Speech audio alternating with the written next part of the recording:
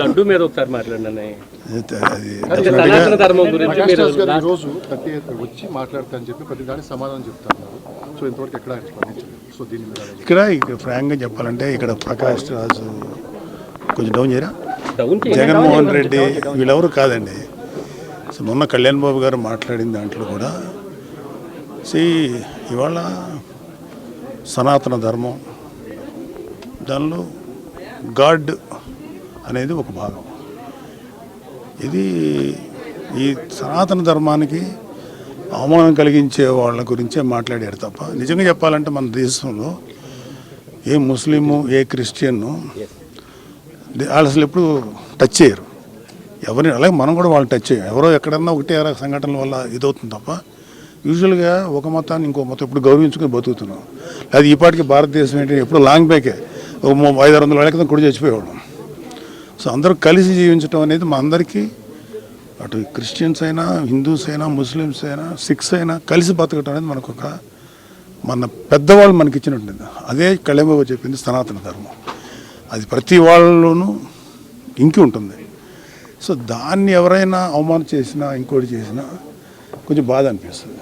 So laddu అనేది ఒక చిన్న అంటే ఒక నిండిపోయినటువంటి ఈ నిర్లక్ష్యం చేయబడినటువంటి హైందవానికి హిందూ మతానికి ఆ లడ్డు అనేది క్లైమాక్స్ లాంటిది. సో దానికి ముందు ఆ లడ్డు అనే దాంతో పాటు ఇంకా కిందకి వెళ్తే ఎన్ని దారుణాలు జరిగినాయో మా అందరికీ తెలుసు. సో నేను కూడా అప్పుడు మోడీ గారు వచ్చినప్పుడు మేము మాట్లాడిన కలికిరి సభ అప్పుడు much before elections Hindu temples కానీ ధార్మిక మండళ్ళు కానీ ఏదైనా సరే should be ruled by Hindus only. Muslims సంబంధించినటువంటి వక్ఫ్ వాళ్ళే చేయాలి, మిషనరీస్ క్రిస్టియన్సే చేయాలి.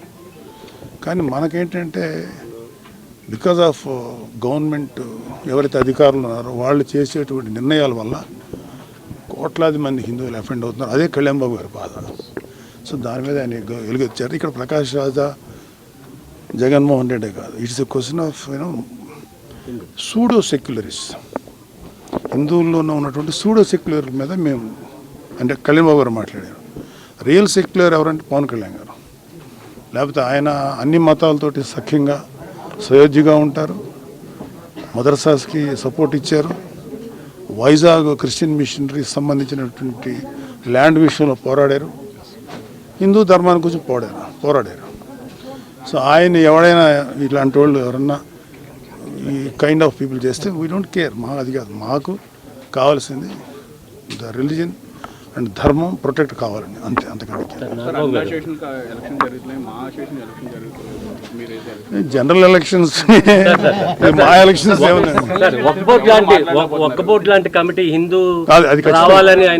అది నేను ఫుల్ సపోర్ట్ ఆ విషయంలో. హిందూ ధర్మ రక్షణ మండలి ఉండాలని చెప్పి కళ్యాణ్ బాబు గారు అడిగినది చాలా కరెక్ట్ అయిన విషయం, ఖచ్చితంగా ఉండాల్సిందే. తేలిపోయింది. తదుపరి చర్యలు ఎలా ఉంటాయి ప్రభుత్వం? Law will take its own course. చట్టం దాని పని తాను చేసుకుపోతుంది. ఎవరు తప్పు చేశారో వాళ్ళందరూ బయటకు వస్తారు. సో ఈవెన్చువల్గా దానికి తగ్గ శిక్ష పడుతుంది. డిక్లరేషన్ మీద జగన్మోహన్ రెడ్డి గారు ఏం డిక్లరేషన్ మీద? దేవుడి మీద నమ్మకం ఉందని సంతకం పెట్టి వెళ్ళాలి. అలా ప్రతి చోట మక్కాలో కూడా మీకు ఎంత ఆనందంగా ఉందండి. నేను ఏదో ఒకటి మాట్లాడాలి. చాలా సంతోషం. పర్సన్ మాకు దొరికారు, మేము తప్పేం లేదండి. ఇప్పుడు ఎవరి మతానికి తగ్గట్టు వాళ్ళని ఫాలో అవుట్. ఇప్పుడు నేను చర్చికి వెళ్ళాను ఎలక్షన్ టైంలో.